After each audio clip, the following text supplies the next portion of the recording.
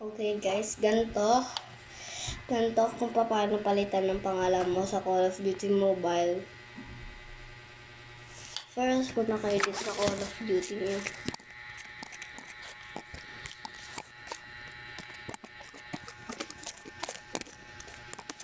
Ayan.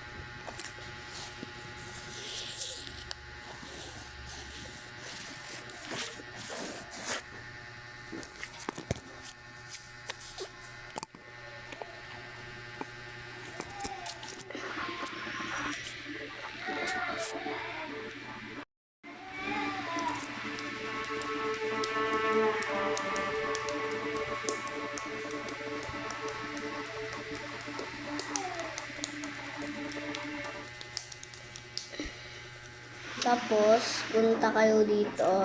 Pindutin niyo yung profile nyo. Kitang-kita nyo. Ito, yung profile nyo. Yan, tapos punta kayo Bastic. Kailangan meron kayong 1K na, na C. Yung ito, 1K. Sa akin, 95 lang. Kailangan 1K yan. Tapos, punta kayo dito. Ulit. Pindutin nyo itong parang may na to. Hindi yan. Ito. Yan. Tapos, pwede kayo maglagay ng kung anong pangalan nyo.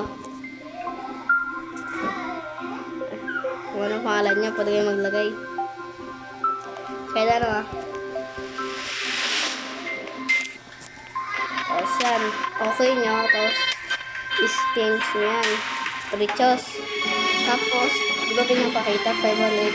Pindutin nyo lang yan. Tapos, punta kayo sa C. Yan.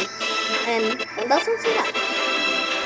So, the end of the video natin. Don't forget to like and subscribe.